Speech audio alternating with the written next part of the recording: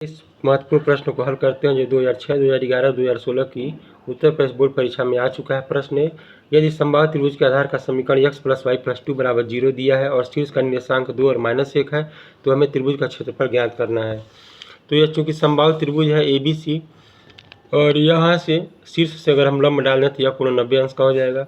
समबाहु त्रिभुज तो हम लोग जानते हैं कि प्रत्येक कोण 60 अंश का होता ही है और त्रिभुज ADC में या कोई भी त्रिभुज है तीनों कोणों का योगफल 180 अंश होता है, जिसमें 90 या 60 150 हो गया तो यह कोण हमारा 30 अंश का हो जाएगा। मान लेते हैं कि डाले गए लंब की लंबाई यहाँ पर h के बराबर है। AD जो लंब की लंबाई है तो यहाँ पे x + y + 2 = 0 पर बिंदु 2 और -1 से डाले गए लंब की लंबाई हमें ज्ञात करना है। डाले गए लंब की लंबाई तो हम लोग फार्मूला जानते हैं कि अगर कोई समीकरण ax + by + c = 0 हो और कोई बिंदु अगर x1 y1 दिया गया हो तो इस बिंदु से इस रेखा पर डाले गए लंब की लंबाई का फार्मूला यहाँ पे लिख देते हैं ax1 + by1 + c √a² + b² होता है, जहाँ a x का गुणांक होता है और b y का गुणांक होता है और यहाँ पे अंडर रूट में a² + b² होता है। इसी फार्मूले का हम लोग प्रयोग करेंगे तो यहाँ पर आ जाएगा h = ax1 यानी यहाँ पे 1 है, यानी यहाँ पे लिख सकते हैं सीधे सीधे x1 + y1 + 2 बटा अंडर रूट a² + b²। यहाँ a का मान 1 है और b का मान भी यहाँ पे 1 है, क्योंकि कांस्टेंट कुछ नहीं है तो यहाँ पे 1 मान लेते हैं और a² b² करेंगे तो ये हो जाएगा 1 का स्क्वायर + 1 का स्क्वायर। अब मान भर देते हैं। पहला वाला बिंदु x1 कहलाता है, दूसरा वाला y1। तो x1 का मान यहाँ पे 2 हो जाएगा, y1 का मान यहाँ पे -1 दिया है, फिर यहाँ पे +2 रहेगा ही और अंडर रूट में 2। 2 में 2 जोड़ेंगे 4, 4 में से घट जाएगा 3, यानी हल करने पर यहाँ पर आ जाएगा 3 बटा कड़ी में 2। यह हमारा मान निकला है h का। और हम लोग जानते हैं फार्मूला कि tan थीटा बराबर होता है लंब बटा आधार। लंब बटा आधार, लंब यहाँ पे DC, आधार यहाँ पे h है।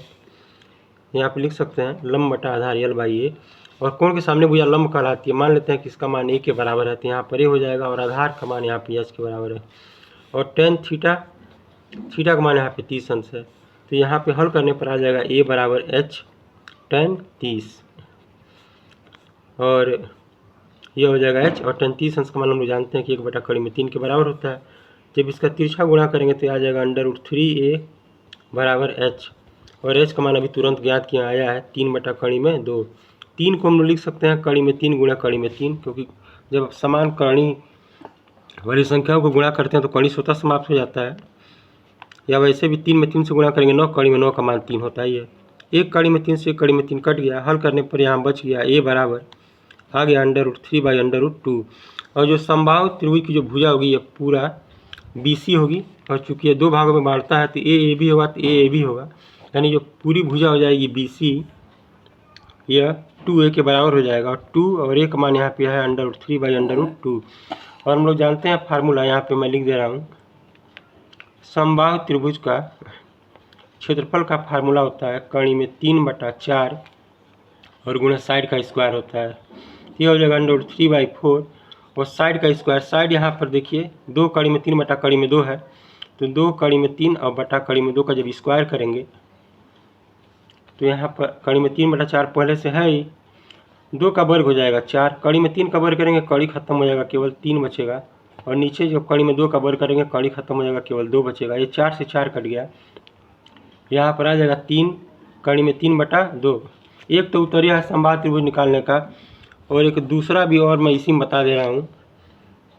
यहाँ पे लिख सकते हैं हम लोग समबाहु त्रिभुज का क्षेत्रफल, चूँकि यह समकोण त्रिभुज है और समकोण त्रिभुज का क्षेत्रफल का फार्मूला होता है 1/2। यहाँ पे लिख सकते हैं आधार गुणा लंब, यह हो जाएगा 1/2।